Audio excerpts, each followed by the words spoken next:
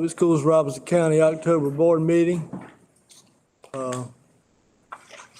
Williamson's going to make a couple announcements. Hope everybody's doing well. I want to introduce Miss Sonia Powell. Ms. Powell, if you would stand up, please. She is a board member in Sampson County Schools. She's doing a doctoral internship through federal state, and so she's visiting with us tonight. And we've been real clear. Dark horses, we're going to stomp on them tonight.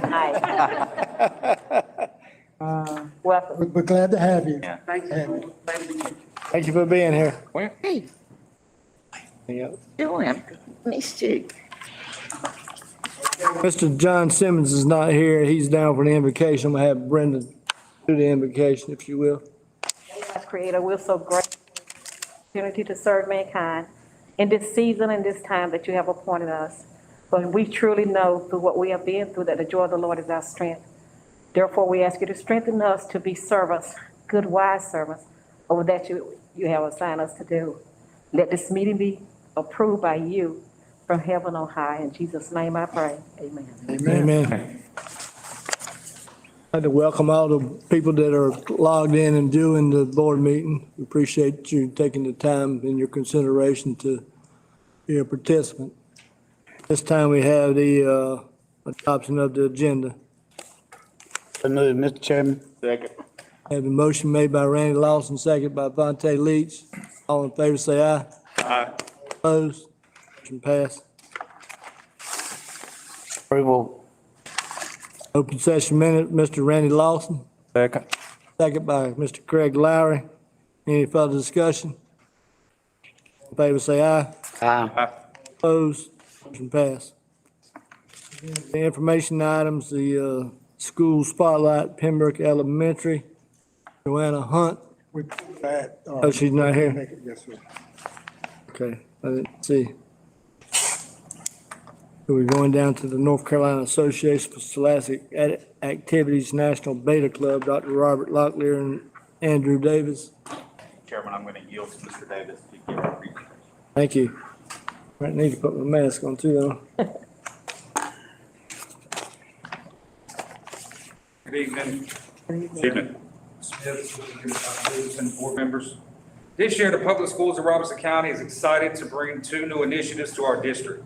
The North Carolina Association for Scholastic Activities and the PSRC District Beta Club Kickoff will allow students to showcase their talents beyond the classroom, exploring arts, academics, and challenges to go against other districts across the state and the region. Tonight, we have the privilege of having Mr. Leon Pfeiffer of the North Carolina Association of Scholastic Activities and Mr. Jeff Wilkins, the State Marketing Director for the National Beta Club, who are here to give more insight from the regional level on these exciting new opportunities for our students. And I'm going to yield to Mr. Leon Pfeiffer now, and then Mr. Jeff Wilkins will follow. Thank you. You have a pamphlet there. Yes, and you should have a pamphlet in front of you, North Carolina Scholastic Activities, as well as the National Beta Club. You should. Good evening. Good evening, everyone. This is Leon Pfeiffer. Can you all hear me? Yes, sir. Okay, wonderful. I appreciate the invitation to be here tonight and present to you all on NCASA. Again, my name is Leon Pfeiffer. I'm the executive director of the association. I'll give you a little bit introduction about us, our history, and then why we exist and what we can do for public schools of Robeson County. So we're the North Carolina Association for Scholastic Activities. We were formed in 2010, so this will be our 11th year. We are similar to the North Carolina High School Athletic Association in that we are a school association. Schools are welcome to join, and then once they join the association, they enjoy all the benefits of being a member school. Like the NCHSAA, what they do for sports in North Carolina, we do the same type thing for non-sports competitions in North Carolina. One major difference is we offer academic and scholastic competitions to middle schools and high schools in North Carolina, and of course a separate division for each of those areas. So I'll give a brief introduction to the 8 activities that we present each year. We'll talk about the cups that we present, and then of course I'll be happy to answer your questions. We have two knowledge-based competitions. The first is called 12. This was developed by NCASA when we first formed. This, again, tests students' knowledge primarily from the core curriculum topics, but also has a few other topics built in. And we created this as an alternative to Quiz Bowl because we found that Quiz Bowl was a very male-dominated activity with 80 to 90% of the students participating that were male. But we found it with 12, it has about a 50% participation rate between males and females. So the girls that are interested in this type of thing aren't as intimidated by 12 as they are by Quiz Bowl. So that's grown significantly since we first started that in 2010. Again, Quiz Bowl is our most popular activity. We took this over in 2010 when it was floundering, to be honest, in the state. There were different areas, different rules were presented with Quiz Bowl, and we took that and ran with it with the support of all the major Quiz Bowl leaders in North Carolina. So this year we present a fall Quiz Bowl league. It's virtual. So schools don't have to leave their school, or teams don't have to leave their schools in order to participate in this. And that league starts actually next week for high schools, and then it starts 2 weeks later for middle schools. We'll also present a similar winter virtual league that will start in late January. And then we present the regional and the state tournament. Those will be in March, and we're expecting those two events will be in-person events at that time. So that's Quiz Bowl. We present the state writing competition. So in the state writing competition, a school can have up to 8 students participate. There are 4 different prompts that the students can write from, and they get their prompt, and then they have 90 minutes to create their best written response based on that prompt. The scoring is similar to golf in that the students, of course, compete individually, but then their scores are combined to create a team score. So students compete at regionals. They compete in that from their home school. And then for those schools that advance to the state tournament, they travel to a single site and they compete again in person roughly 1 month later. So that's the quill, the state writing competition. We present speech and debate for middle schools. We took presenting this about 7 years ago. There's been speech and debate at the high school level for many years in North Carolina. But when the high school group did not want to present to middle schools, we took that and ran with it. We've been presenting speech and debate again for about 7 years now. We have 5 speech events and 1 debate event, which is public forum debate that we present each spring. We also have 4 arts-related activities. The first is a cappella. This is a high school only event. And a cappella students, of course, as a group, they sing a cappella. They can do a more modern version where they're often soloists that are supported by other singers, or more of the classic version where all the students tend to sing together. Show choir is another one of our events, similar a cappella, except, of course, the students either sing with an accompaniment, either a live accompaniment or a recorded accompaniment. And these shows are often more expansive and richer in terms of the visual production for show choir. That event this year will be in March. The a cappella event this year will be in February. Dance ensemble is our 3rd performing arts event. In this event, groups between 4 and 20 students compete in different dance genres. So in middle schools, there are 2 different genres that they can compete. In high schools, there are 5 different areas that they can compete. So middle schools may bring up to 4 different ensembles for that. High schools may bring up to 10 ensembles to compete in dance ensemble. And again, we have awards for each individual ensemble, and then we have a total school award based on combined scores from the top 2 or 3 ensembles in that. And then our last activity is Art Showcase. This is the state visual art competition. So we present a prompt each year. This year, the prompt will be presented in February. And once schools receive the prompt, students have about 7 weeks this year to create their best artistic response based on that prompt.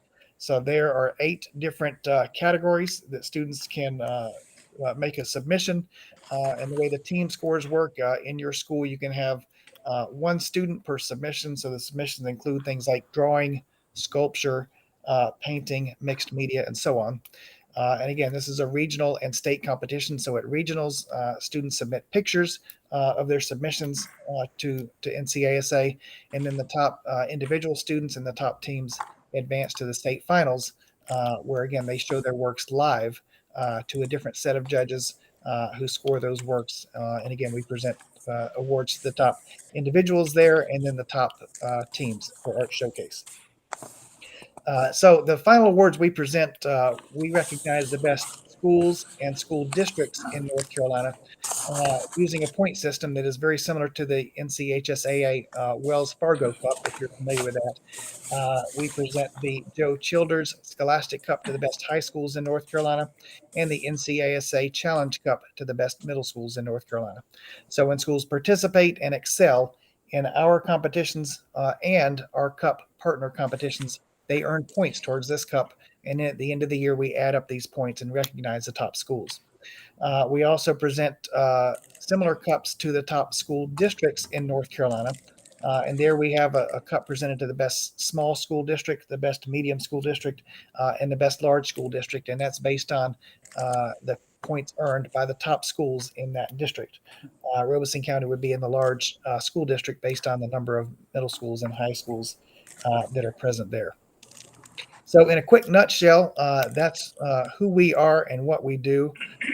Now I'm happy to take your questions from anyone. And I guess I will add, just to confirm with everyone, Robeson County has paid the membership fee for all schools. So this means schools can participate in any or all of our activities for no additional charge. And we often have schools that are surprised by that, especially that are new to us, in that they're used to having fees for things, fees for individual competitions. But the way our program works is once you pay the membership fee, you can do Quiz Bowl and the Quill and Show Choir and Art Showcase, and there are not individual fees for each of those activities. So with that, I'll take any questions that you may have for me. Anybody? I have a question about the forensics. Usually we think of forensics as solving crimes. I realize that can be broadened to include topics and other pursuits as well. Can you tell us a little bit about how that works? Sure, and forensics certainly has a number of meanings. For our case, it definitely refers to speech and debate and has nothing to do with the solving of medical crimes. But in speech and debate, we have 5 speech events, 1 debate event. In the speech events, 2 of those are called literary interpretations. So the students would take a cutting of a piece of literature and either do a dramatic interpretation or a humorous interpretation based on the type of literature that's presented.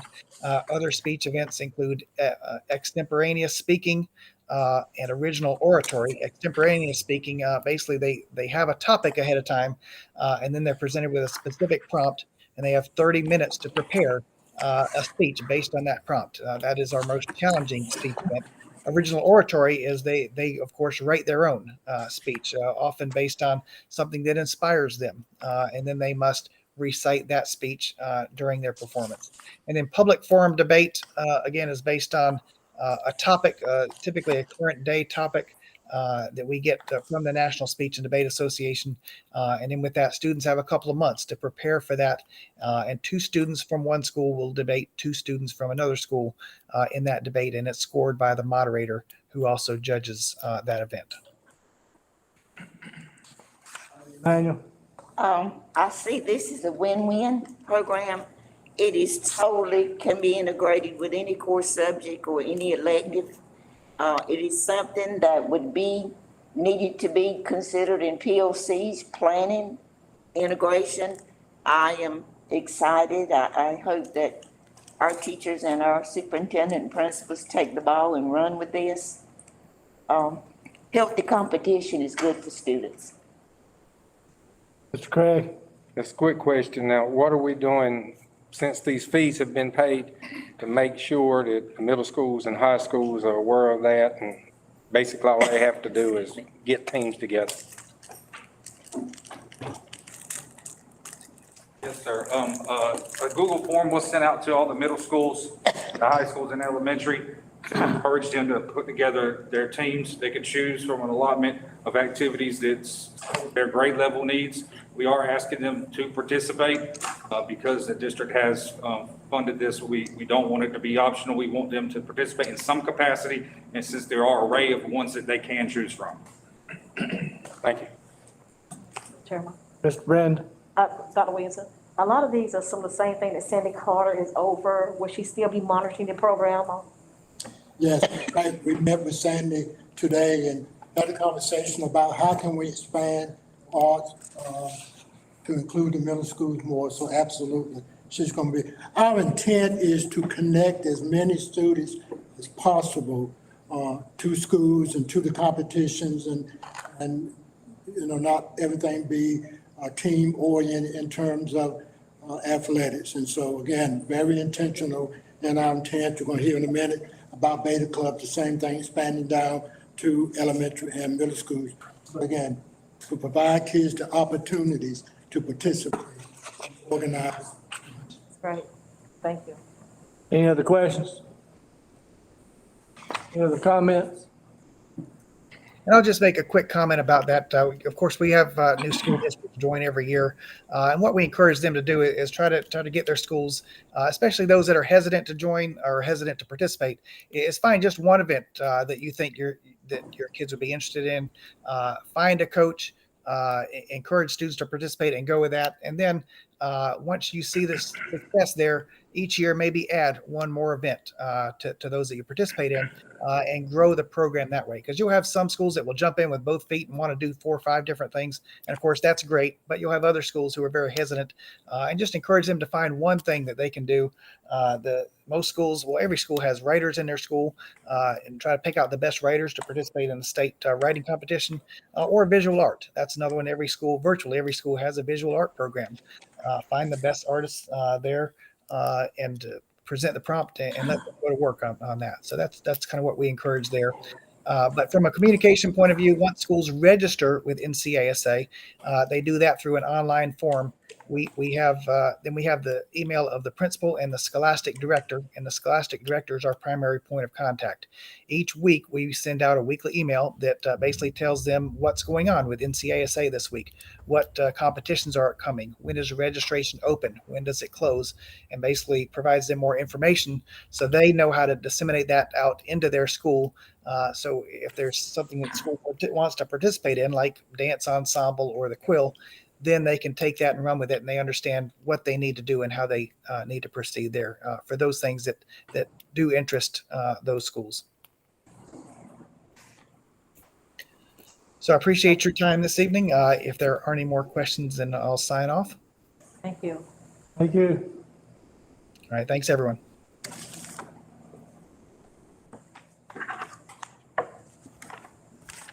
Mr. Wilkins, the floor is yours, sir. Okay. Can you all hear me? Yes, sir.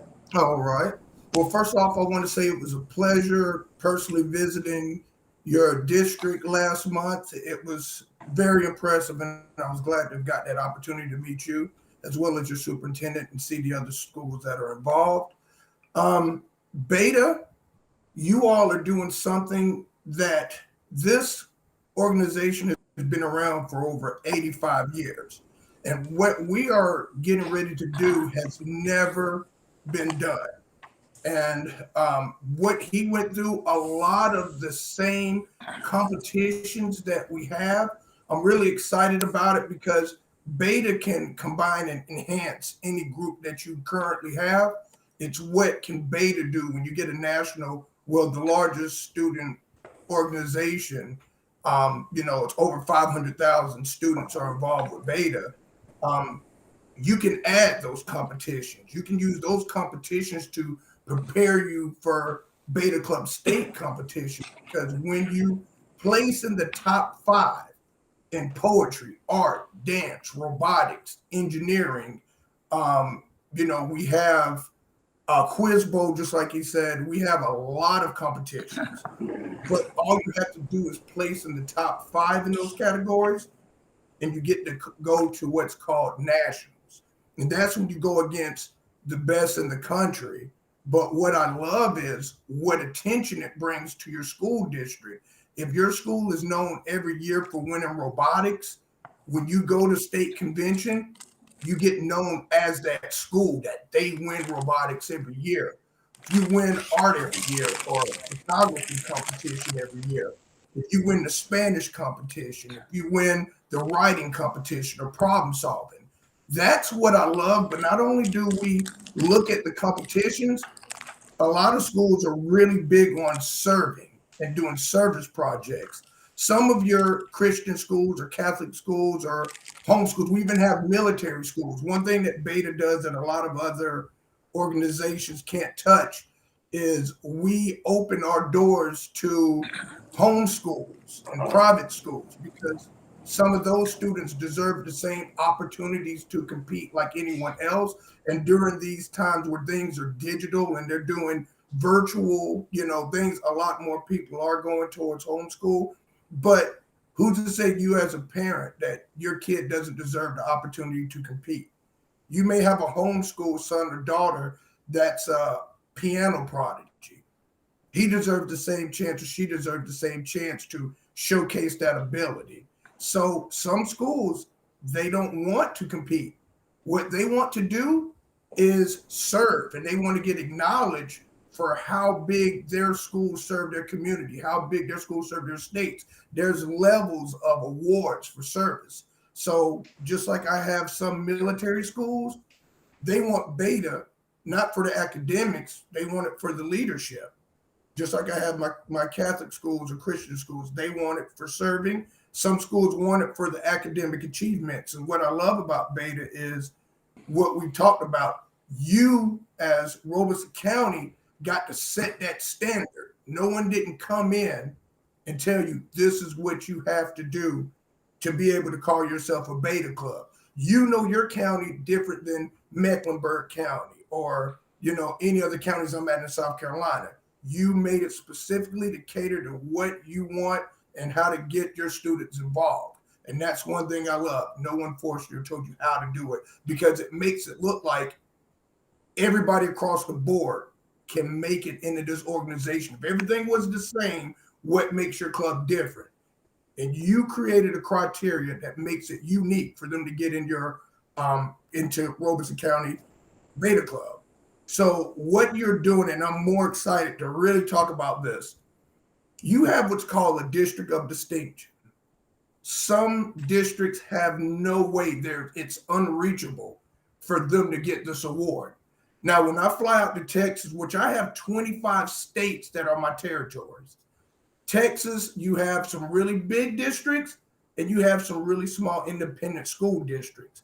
Well, the schools that only have 3 schools to worry about, they can get it because they just need to make sure they have all the grades that are Beta from 4th all the way to 12th. It's easy when you have 3 schools to worry about. When I go to a Memphis where there's 67 schools, you need to have every single school to have it. And they just know that that number is unreachable. You are already halfway there. And after meeting, we know that we're going to get there. And we have the steps of what we're going to do. And calling it, I believe we're going to do what's called the Robeson County District of Distinction Day. It's never been heard. The CEO, he knows about it. Our board members know about it. It's a lot of states are going to follow what you've done.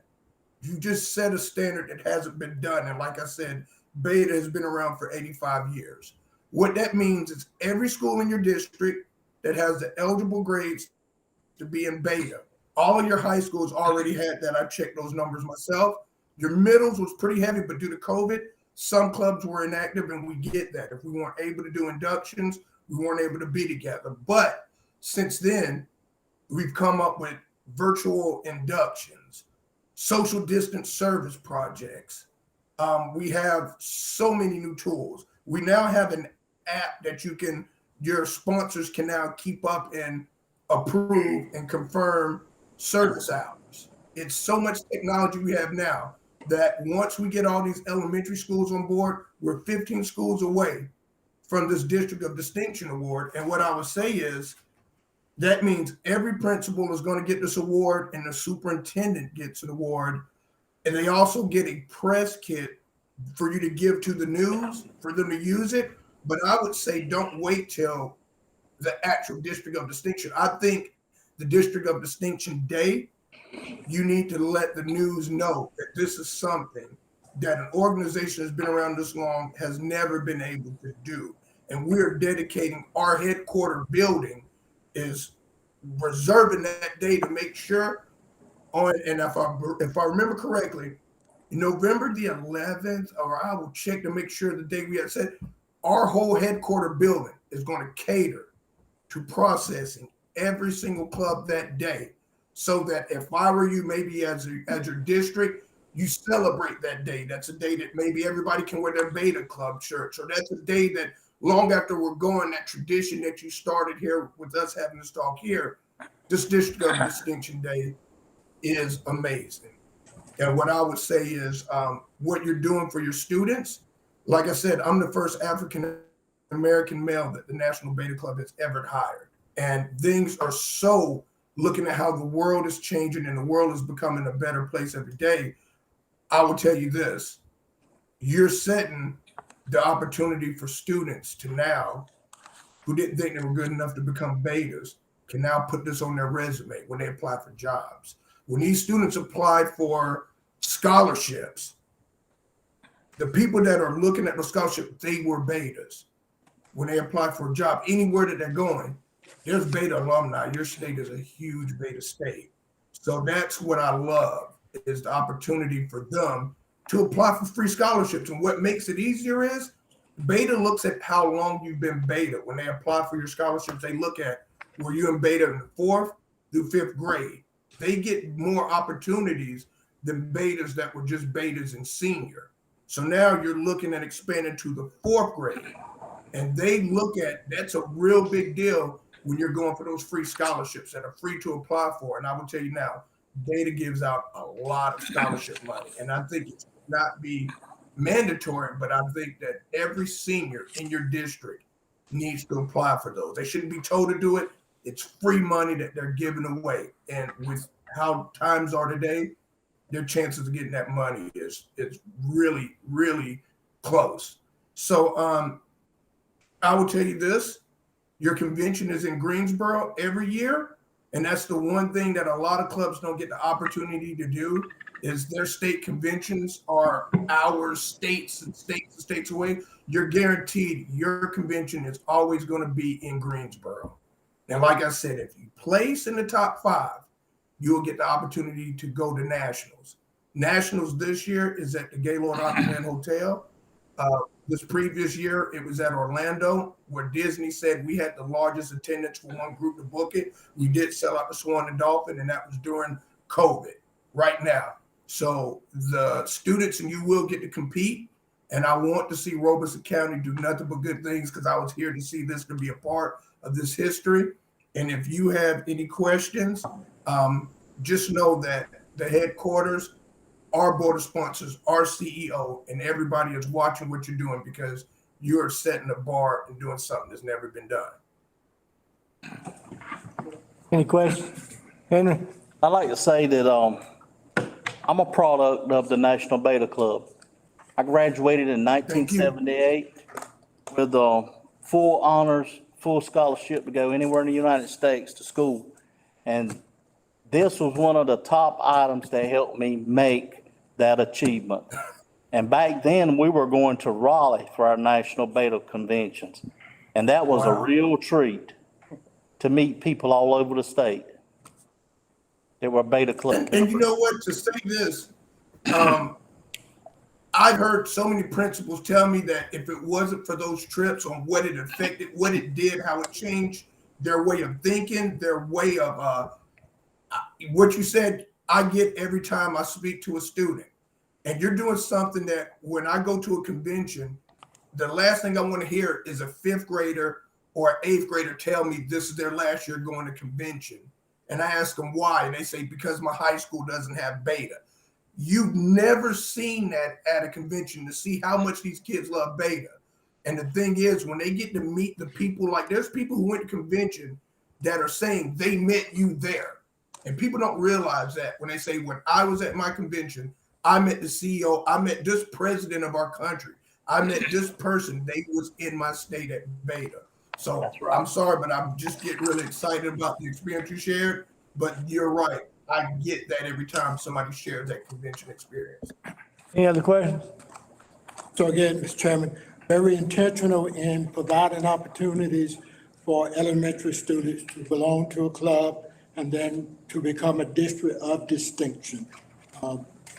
Just expanding that and building that portfolio of students and their outstanding performance. So we're just thankful for the opportunity.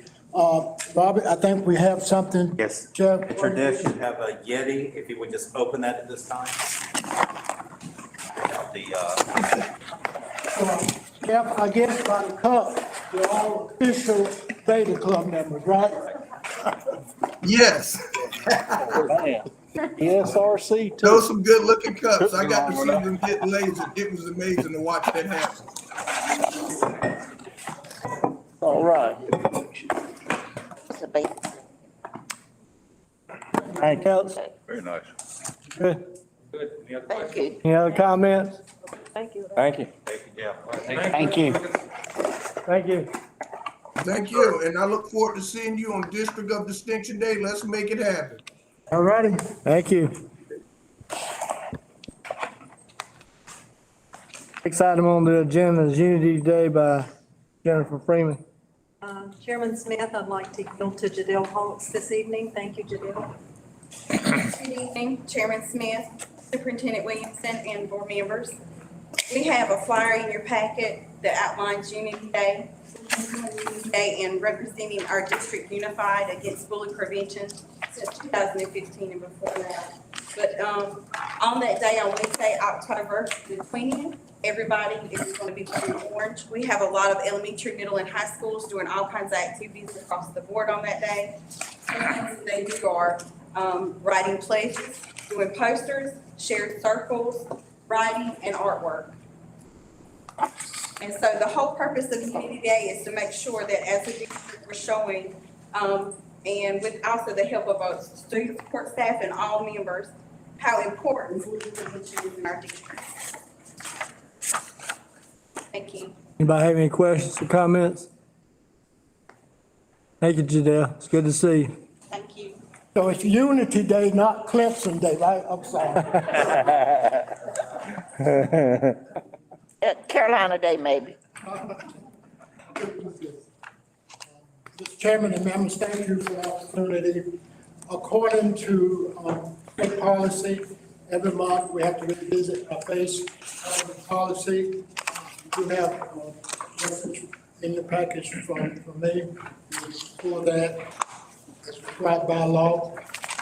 I will share with you that on Wednesday, September the 29th, Ms. Jennifer Freeman, Bobby Broccoli, and I had a Zoom and face-to-face meeting with North Carolina Department of Health and Human Services and the Robertson County Health Department to discuss our protocols and practices for COVID-19. We discussed our 10-day and 14-day isolation period. And then we clearly, through the data, stated the reason for our positive rate of 12.6, that's 7.6% higher than the state recommended 5%.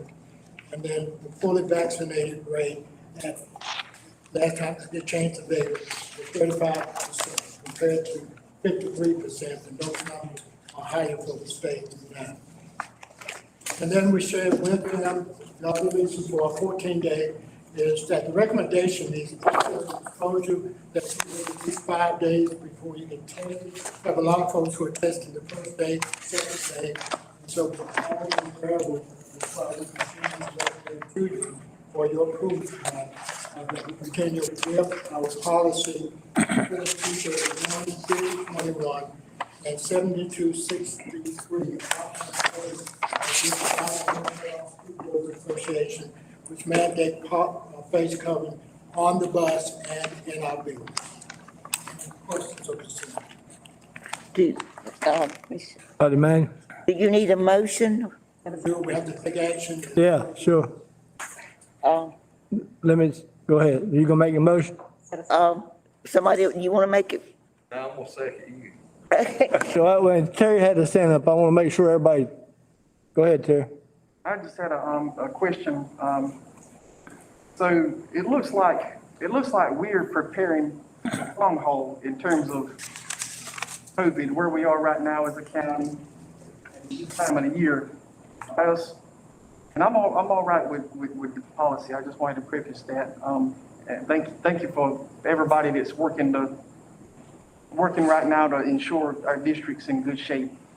It looks like we're settling in for the long haul because even though our numbers are maybe coming down some, we, as a district, we're making some moves that I was just had some thoughts about. Purchasing,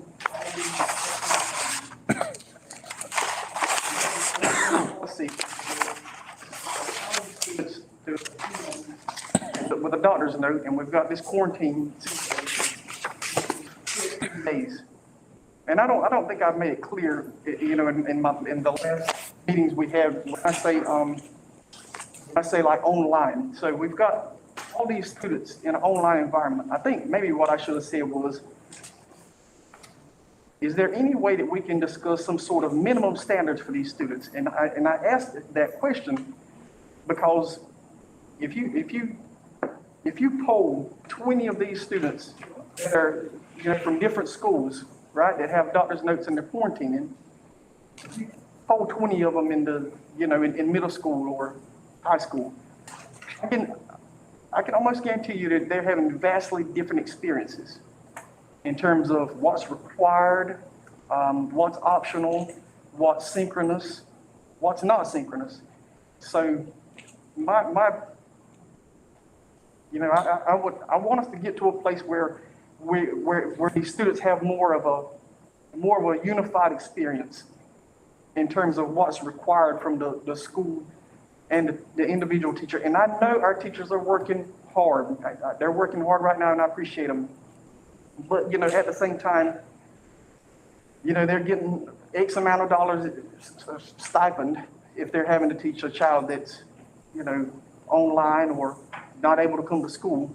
So I would just like for us to discuss maybe some sort of, or, you know, board members, you know, if you're interested, or the administration, do you think we should have some sort of minimum standards where we can ensure that this large number of students are having a more succinct experience?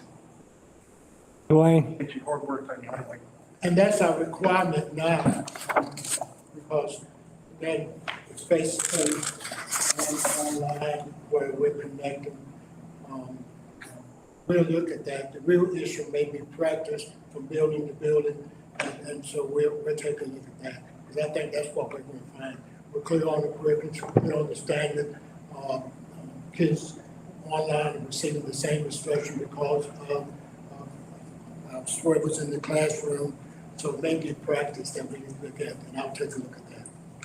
Dwayne?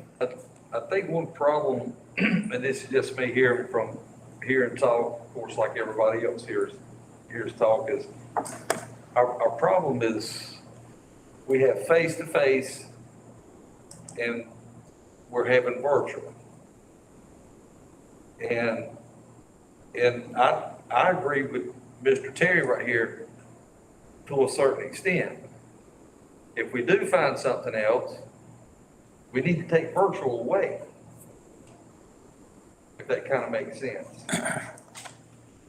So if there's, and I'm assuming that's probably what you're trying to, I'm not saying take it virtual away, Terry, but trying to find something else, because it's, you know, we're in a situation right here to where everybody's still trying to get everybody on board.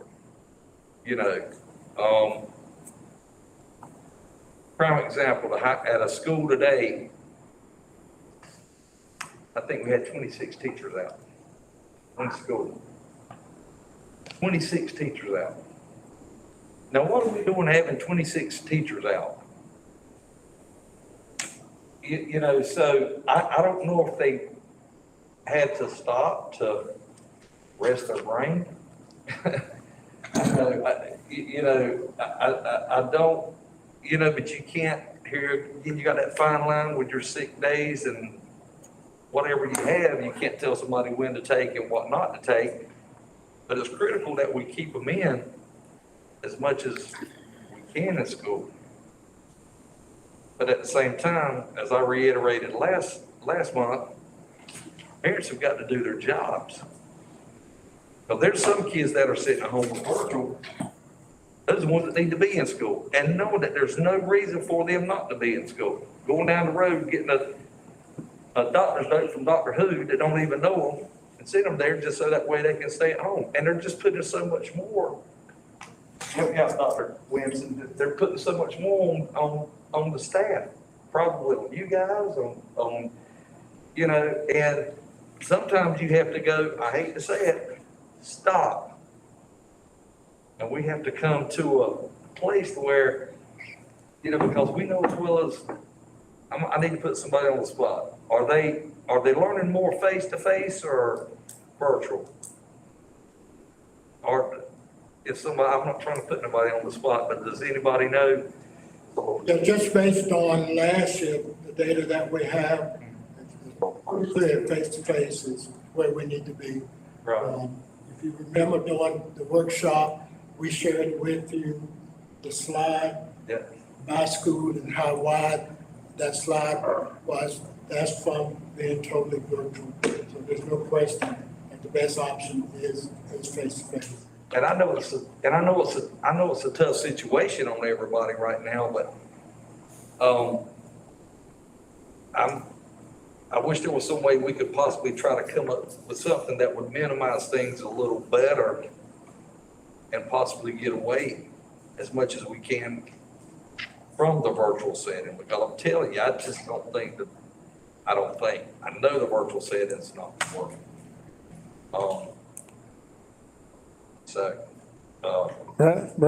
Brennan's got the floor now. Mr. Chairman, I move approval of Dr. Williams' recommendations with what Governor Cooper said. Second. Have a motion and a second to approve the face coverage policy. Any further? Craig had his hand up. We can vote on that and then I can make a comment because it's not going to be against that. All right. We have a motion by Brennan and a second by Mr. Henry. All in favor say aye. Aye. All opposed? Motion passed. Now, Craig. Dr. Williamson and anyone else, you tell me if I'm incorrect. Our virtual this year is not like last year. It's not the same. And I'm saying that to say this, you know, we did virtual last year and kids was on for an hour, it was on for 30 minutes, it was back and forth. The virtual this year with those cameras and a kid being at home, and what doctors know, that student's supposed to be on all day long. And that's virtual. That's what they're supposed to be doing now, like Dwayne. We know some of them's not doing it. But now, my point is, if that's what we're doing and that's what we're expecting, somewhere or another, that we get it, two parents and two students don't do it, and there's going to be consequences. And, you know, we get into how many you can hold back or whatever, but now, you know, I'm one that if it's 11th grader and they're not getting on the computer and not doing anything at all, they should be retained. And somebody has to suffer the consequences of not doing what they're supposed to. Because last year, they, like I said, an hour here and you were on and off, but like what we just said, this year's supposed to be all day long. And if they're not doing that, I think we need to hold them as accountable as we can for that, unless we can come up with some alternative. Because we said with a doctor's note, we have to abide by that. Yeah, I guess legally and all, we have to abide. So if we can't find something else, can get the word out that, you know, you're going to be held responsible. We've been clear to administrators in the building, clear to our teachers that we're not watering down classes. Attendance we're taking, so we'll have that documentation to be able to make that credit for the high schools at the end of the year, promotion and retention in some schools. So again, the real issue may be practice that we need to look at. Robert, you had anything? And Wendy about that? In fact, it's going better this year because we've really been laid out what we expect and what we're monitoring two teachers. Yes, and I was trying to find it, and I'll make sure that we get it to board members, but there are requirements that the student has to adhere to. At the end of each 9 weeks, we take a look, and if they're not meeting the requirements that we have in the plan, then they have to come back face to face. Mr. Gentry has his hand. I'm going to follow up on what Craig said and Dr. Robert. Having been in administration, I know how things can be with students and parents dragging their feet, i.e., once the quarantine period is over, coming back to school when they're supposed to. And I'm assuming that the social workers are following up on that. And We have Ms. Sue with us. We do tell them the duration of the time, and we give them a date of return, correct? Any other comments? Terry? I just got one quick comment. In my earlier comment, I wasn't suggesting that we should put any more on the students, any more work on the teachers or the principals, because they've got their hands full right now managing the building. And managing the online environment is a whole nother beast. So I just, that comment was more along the lines of just hoping that we as a district are equipping, our leaders in the schools with all of the necessary tools that they need to manage the online environment in terms of analytics that they can access through Canvas or whatever LMS, analytics and training. Because it's one thing as a teacher to know how to teach through that system, but it's a whole nother animal. It's a whole nother thing to have to manage it on the back end, if whoever is looking at that information. So I just wanted to make that clear. Next item, do you have a comment, Dr. Williams? Thank you for approval of the policy. Next item on the agenda is COVID testing in schools. Ms. Jennifer Freeman.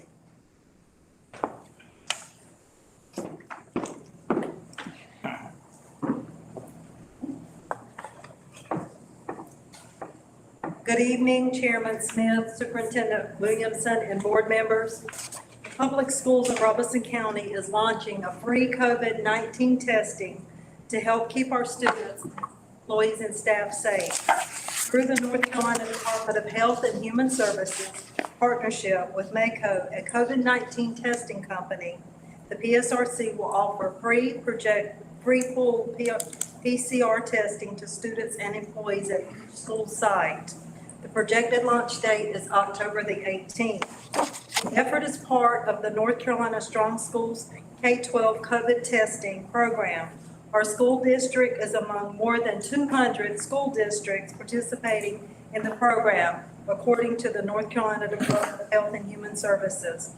The program is funded by a $10 billion grant for the Center for Disease Control and Prevention, which to support COVID-19 screening testing for teachers, staff, and students.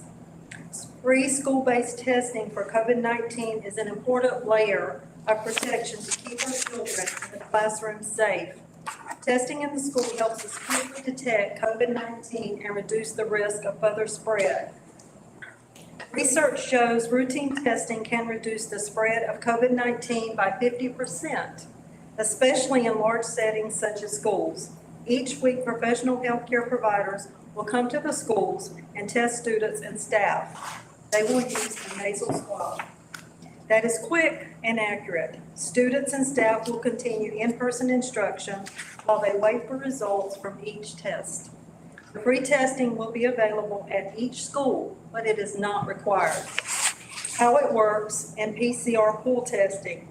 A parent or guardian must register any minor under the age of 18 years old. The registration gives a one-time consent and HIPAA authorization to share testing results with our school nurses only.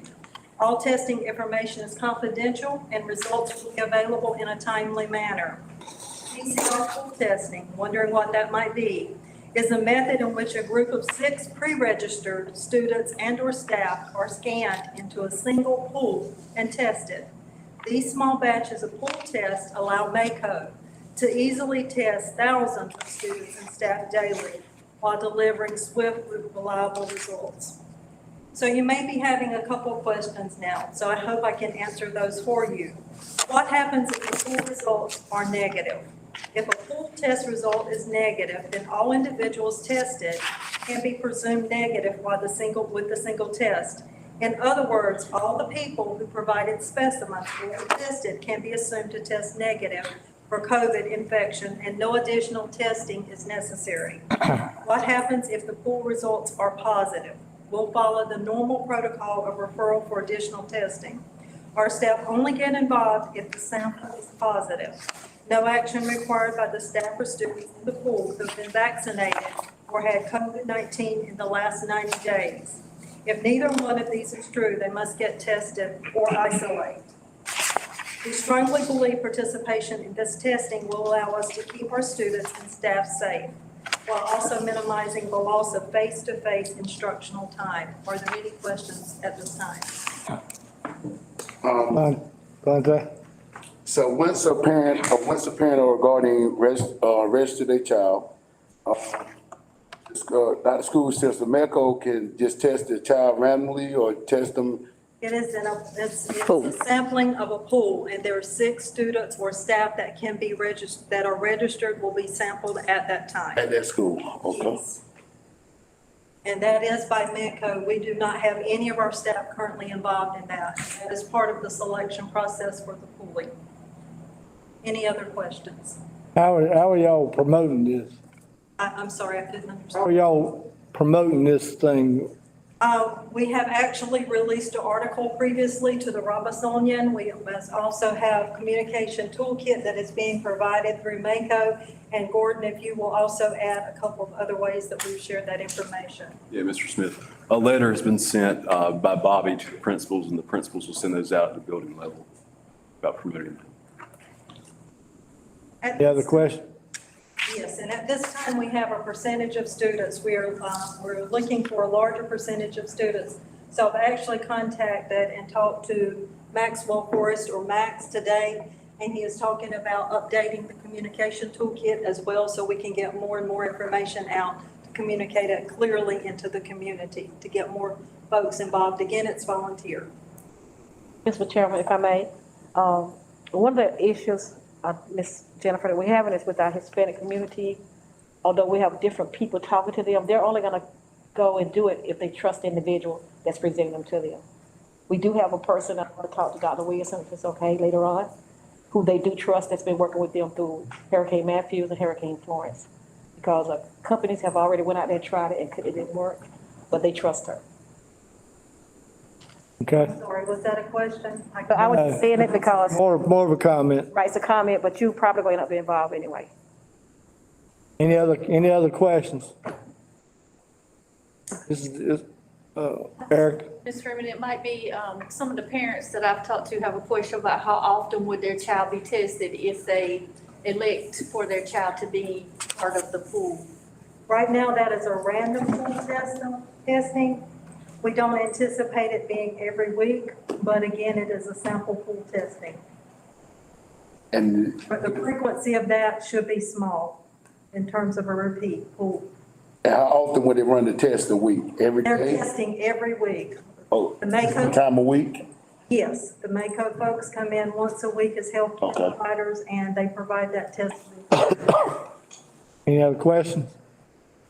This is in an action item. I reckon need to vote on it. Yes. Okay. Can you get a motion? I make a motion that we approve. Second.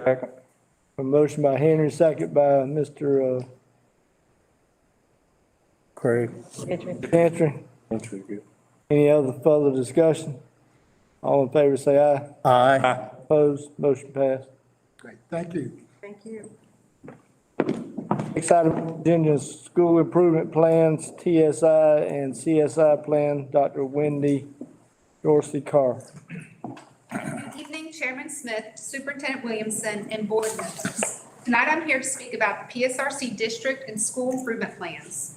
The schools review and update the NC STAR school improvement goals yearly, each plan focusing on the 12 key indicators and then adding any new indicators as needed. This year, the district has identified 3 focus indicators for the schools, and 4 focus indicators for the district that align with our focus on instructional leadership.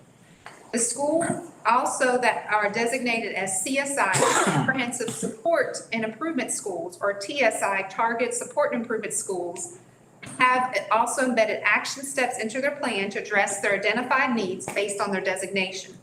Schools monitor and review their plans during the school improvement meeting twice a month, and the district then in turn provides school coaching comments 2 times a month to help support the school with implementation. Any questions? Emmanuel? Mr. Chair, in reviewing the state laws dealing with school improvement, it says that the board will review them. I have not seen anything online with this. Have I missed something? Ms. Patty sent a link with all it to us. improvement plans to you. When did you send that? Last week. Yes. Last week. October 7th. I apologize, I did not see it. Terry? Are these the meetings that, that principals and teachers are having on Saturdays? No. Okay, gotcha. These are this is part of their school improvement plan, and these are the 2 monthly meetings they have to discuss what their individual needs are at their school to develop an outline plan of how they support those needs. One more question, and I would accept that. Okay, one more question. These school, and I had this question by a concerned person.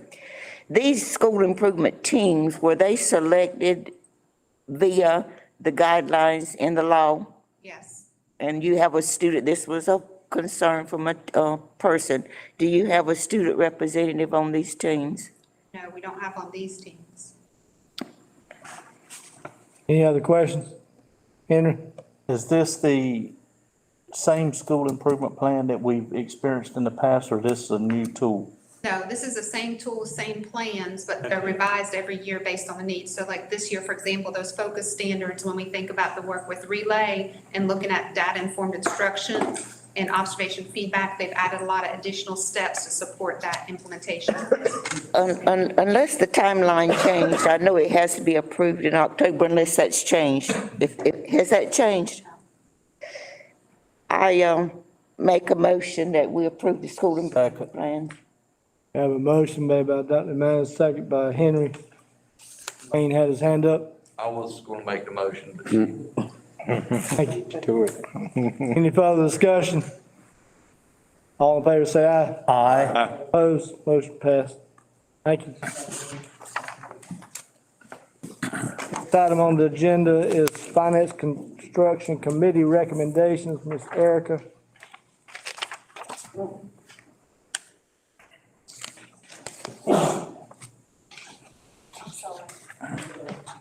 Good evening, Chairman Smith, Superintendent Dr. Williamson. I included information that we discussed at the Joint Finance and Construction Committee, as well as the recommendations that the committee approved for that evening. And it's dated from September the 30th. Everyone should have had that in their packet. And from that meeting, we went over several outlay projects, updates on things that were approved in the previous year. There was a spreadsheet involved, and as we discussed, everything on there, what has not been completed, we give a status update on that. And I think Mr. Craig may want to give some additional information that he got from Mr. Ernie about some dates on some of the paving, some of the other projects. Yes, thank you, Ms. Erica. Couple of things, the Rex Renner paving was on there for last year, and right now, the start date on that is November the 1st, and the company's saying it'll take 120 days to do that paving at Rex Renner. There is a pre-construction meeting tomorrow at Purnell Sweat at 3 o'clock with principal, maintenance department, and I think Barnhill Paving is doing the paving, and that's just to decide when they can get started on that particular project, and it's at 3 o'clock tomorrow if anyone would like to go. And other than that, Ms. Erica said we covered everything else. And Ms. Erica, you have anything else, or are we ready for a motion? I was just gonna go over we discussed the new Go ahead. projects for Prospect, South Robinson, and St. Paul's High that are on that spreadsheet that was attached. Okay, I got it. Thank you. Yes, ma'am. and the Fairmont High School track, and Shining Stars classroom upgrades. And as we've indicated, we're very early in the Shining Stars classroom upgrades, so at this time, we don't have projected costs, but we'll bring that back. We just want to get approved and move forward with those discussions. Amen. I appreciate the timeline attached to this. This is the first time, and I do hope that I'm able to walk when Rex Renner gets his pay. It's been so long. Mr. Chair, I'm excited too to see that we now, as PSRC, own Shining Stars property and that we are looking at avenues here to enhance those facilities. Yeah, that was a good, at the finance meeting, Dr. Williamson, if you want to, the way we get, it was kind of alluded that whatever we do, we will be reimbursed for, right, by the. That expansion should allow us to serve 200 plus more students. Part of that will be some office space for testing. And so by serving that many more students, we'll get the funding for the students. So it's really just a wonderful opportunity to really focus on 200 more students. And the more. Another question? Yeah. And so Erica, I want us to clarify before we take a vote on the new project. That total cost is $371,000, correct? That's correct. That's For about the, Prospect, South Robinson, and St. Paul High School, that total is projected now, of course, it's approximately $370,000. And the rest of that list was just an update on what had already been approved in the 2021 school year. We're just continuing to move forward with those already approved. Mr. Gentry. Mr. Craig mentioned start dates for Cornell Sweat and Rex Renner, but there are several that have not done in the final column on the right. Are there dates that are scheduled? All of those are projects that have to be done, and those have not been bidded yet. I know we started them last year, but they need to still get bids on those other roofs that you see on that second page. Any other questions? Dr. Williamson, Smith, I'd like to take each of these separate. The first one dealing with new roofs, I'd like to make a motion to replace specific roofs at Prospect, South Robinson, and St. Paul's High. Second. Motion by Craig, second by Randy. Further discussion? All in favor of that motion, say aye. Aye. Okay, the second one, dealing with Fairmont High School, the track, I'd like to make a motion for needed repairs or replacement of the track at Fairmont High School. Motion by Craig, second by Dwayne. Any further discussion? All in favor, say aye. Aye. Opposed? Motion passed. And the third one, I'd like to make a motion for classroom and office renovations at Shining Stars in Lumberton. Second. Motion by Craig for Shining Stars, second by Brenda. Any further discussion? All in favor, say aye. Aye. Opposed? Motion passed. Mr. Chairman, if we can, and if I get dates on any of this other stuff, as soon as we get them, we'll bring it back to the full board. Thank you. thank you for your support. We're excited about Shining Stars and being able to expand and serve 200 more students. Thank you. And also for all the students, as additional funding, so as Dr. Williamson was saying, that additional students will pay for additional staff needed to be employed in those classrooms. Exactly. That's what I was trying to say a while ago. Thank you. Anything else? Okay, now Townsend 21-22 sign-on bonus. Erica? So from the previous slide that Dr. Carr shared, we have two TSI schools. CSI, I'm sorry, I always get my T's and my C's. Fullerton Junior High and Townsend, and last year, they both have an independent budget, I call it PRC 105 school improvement funds that are unique to these two locations.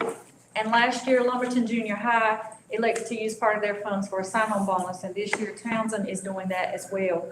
And I have included that in your packet, so they are offering a $1,500 sign-on bonus to certify new employees for this current school year. Terry, and then Dwayne. Because this is a CSI school, they have a different set of funds to make this kind of offer. That's correct. Dwayne. Both of those schools, have a unique situation where there's high teacher turnover there.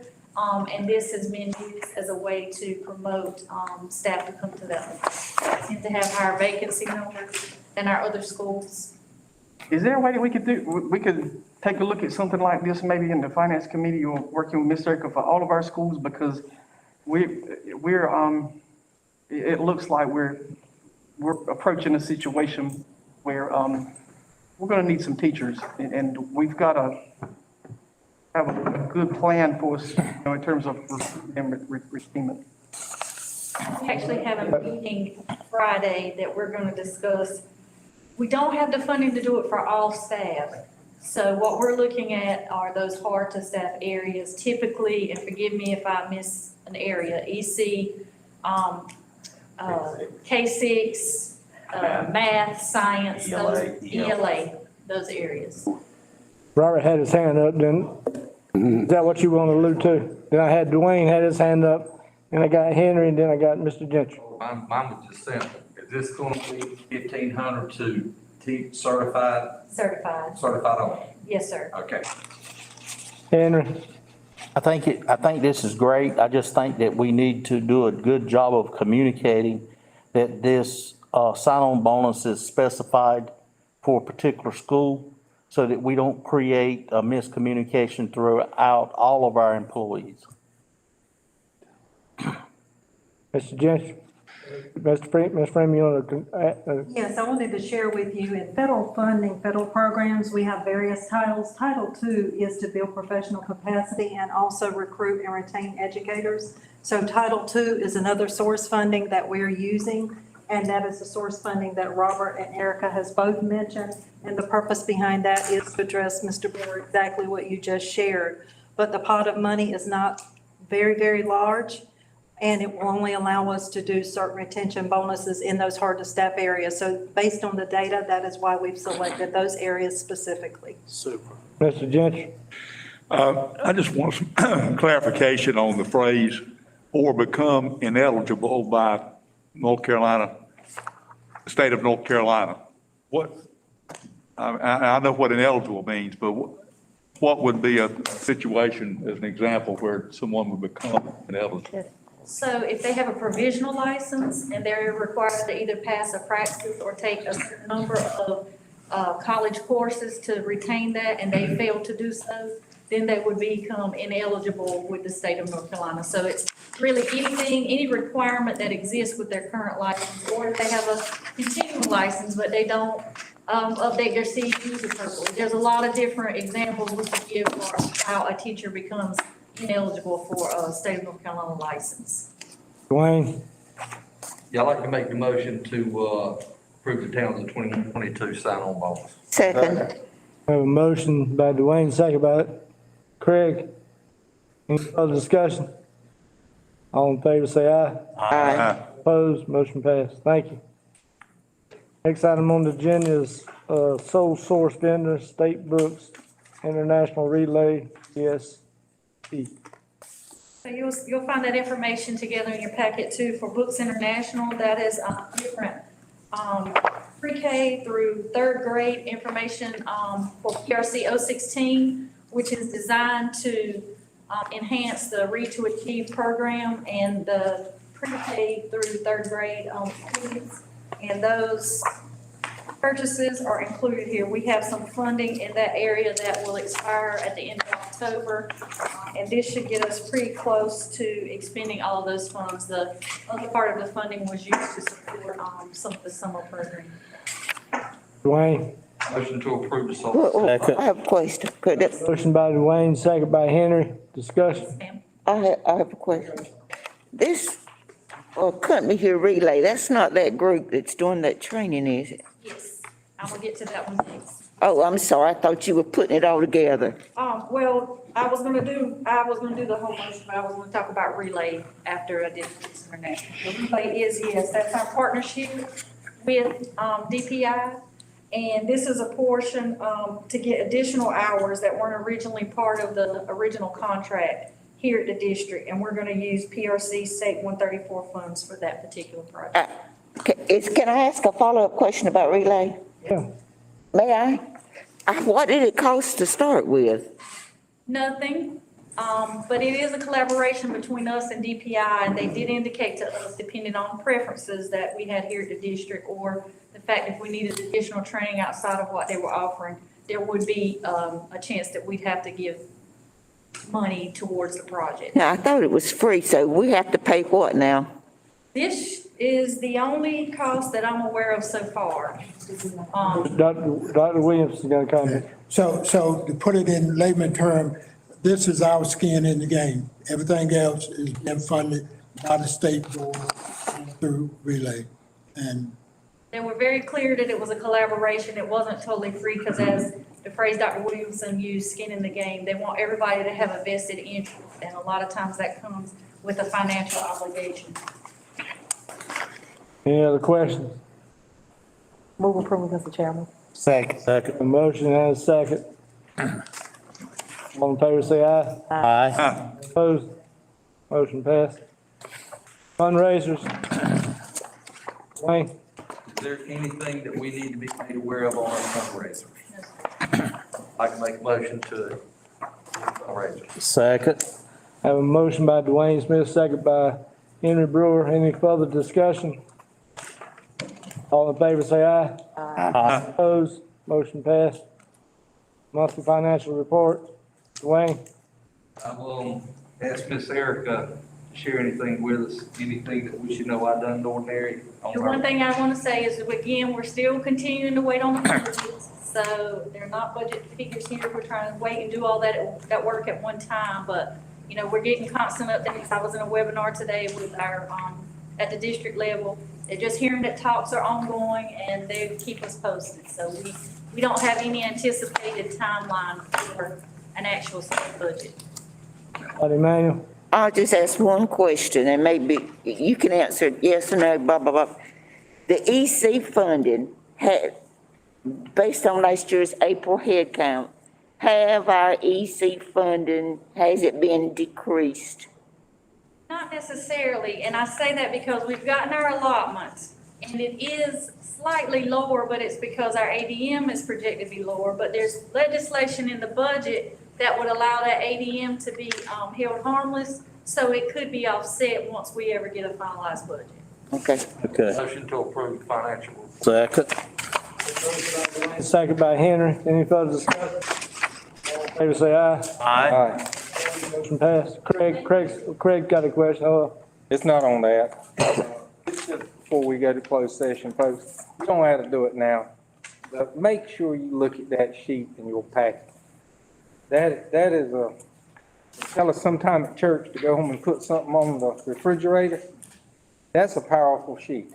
You know, we talked about this and talked about it, but when you see something like that in print, that the last normal school year for a third grader was kindergarten.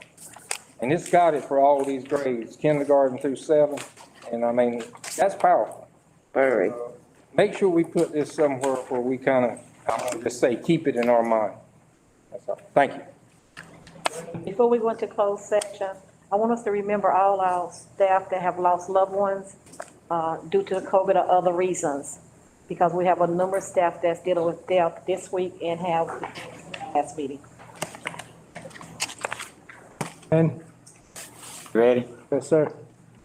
I move that the Board of Education for the Public Schools of Robeson County go into closed session for the purpose of discussing certified and classified personnel.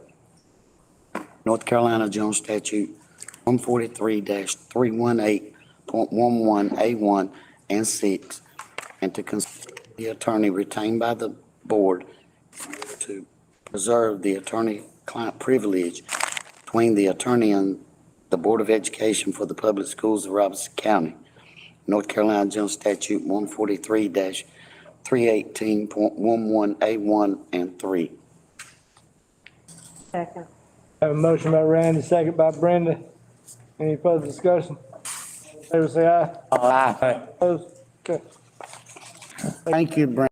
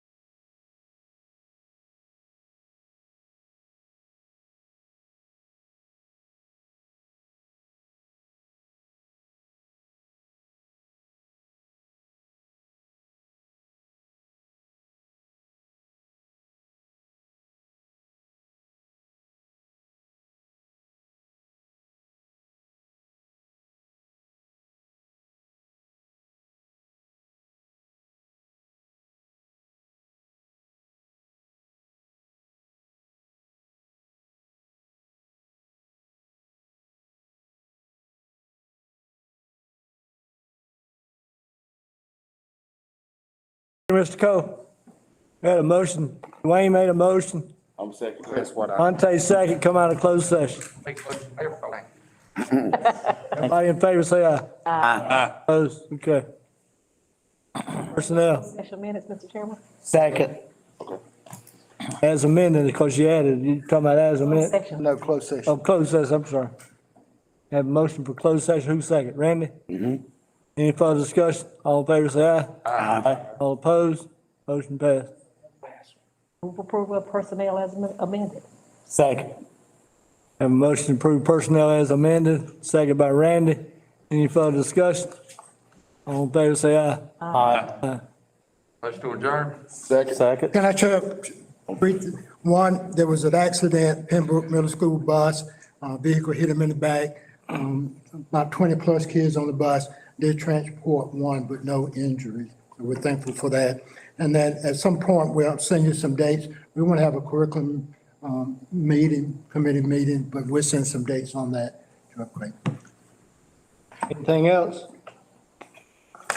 Try it again. Motion to adjourn. Motion by Dwayne, second by Fontaine. Turn all in favor, say aye. Aye.